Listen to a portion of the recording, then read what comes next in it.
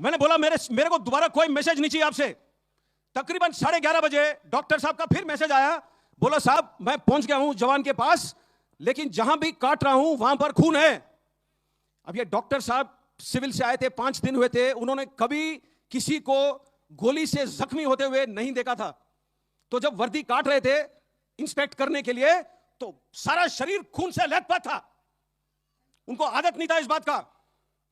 तो उन्होंने बोला साहब पूरा खून है, मुझे डर लग रहा है। तो मैंने उस टाइम खींच के मारा डांट और बोला डॉक्टर साहब आपका काम सिर्फ और सिर्फ हमें जिंदा रखना है, बस यह जवान मर नहीं सकता है। इतना मैंने बोला है और 5 मिनट के अंदर मैं भी डॉक्टर साहब के पास पहुंच गया। जैसे मैं डॉक्टर साहब के पास पहुंचा है, ट्रिट करके आवाज आया, AK-47 का फायरिंग का आवाज ऐसे ही होता है। आपको मालूम होना चाहिए कि मुझे 5 बार गोली लग चुका है। मैं अभी भी खड़ा हूं आपके सामने, स्टेज से कूद के भी आ सकता हूं, आपके साथ पीटी भी कर सकता हूं। तकलीफ मुझे भी होता है, तकलीफ उन हर जवानों को होता है जिसको लगता है गोली।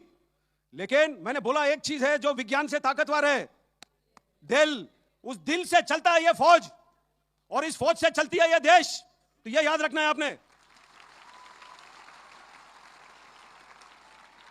तो हम लोग उस गांव में 5 दिन रहे थे, कुल 5 दिन, क्योंकि गांव में जहां उग्रवादी छुपना चाहता है कई जगह खोज सकता है जहां छुप सकता है।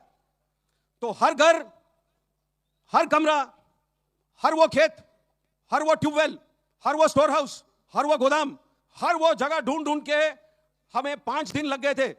और उस 5 दिनों के दौरान 5 हमें अलग अलग जगह पर उग्रवादी मिले।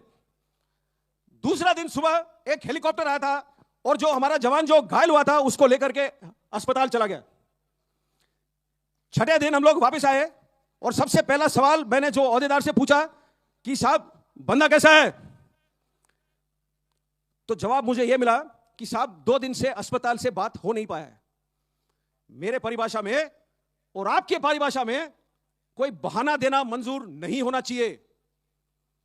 अच्छे नागरिक वो होते हैं जो सुझाव ढूंढते हैं, जो मसले को हल करते हैं। लेकिन उसने बोला कि साहब 2 दिन से बात नहीं हुआ है। मैंने मरा बड़ी डांट। ताजुब होगा, जब डांट भी अच्छी लगती है साला टेलीफोन भी चलना लगता है। तो टेलीफोन चला, मैंने अस्पताल से बात किया।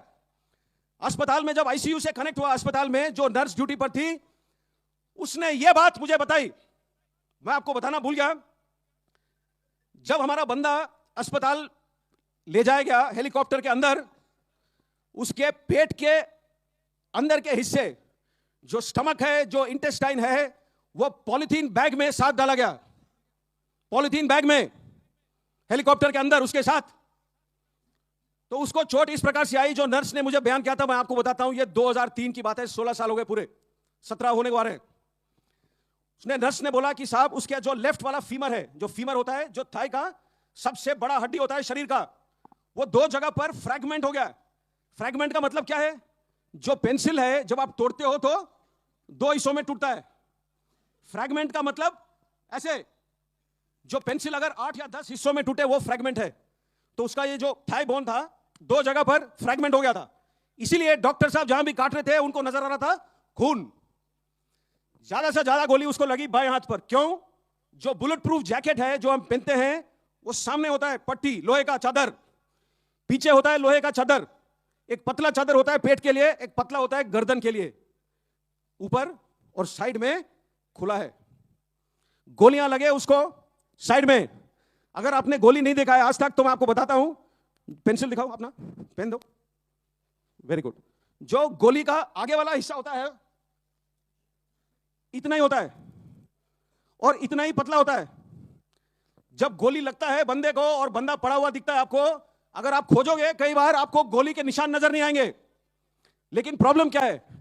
जब गोली 2 या 3 लगते हैं एक साथ, शरीर से सीधी लाइन में नहीं गुजरते हैं।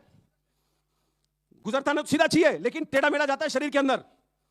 अगर आपका किस्मत खराब है, 2 गोली अगर शरीर के अंदर आपके टकराते हैं तो 2 गोली 4 टुकड़े में हो जाएंगे या 6। अगर आपका किस्मत ज्यादा खराब है और उसमें से कोई टुकड़ा आपके किसी हड्डी को लगता है तो हड्डी का भी एक पीस निकल आता है। अब ये 7 या 8 पीस सफर करते हैं शरीर के अंदर से, तो जो 3 छोटे छेद यहां पर होते हैं, जब यहां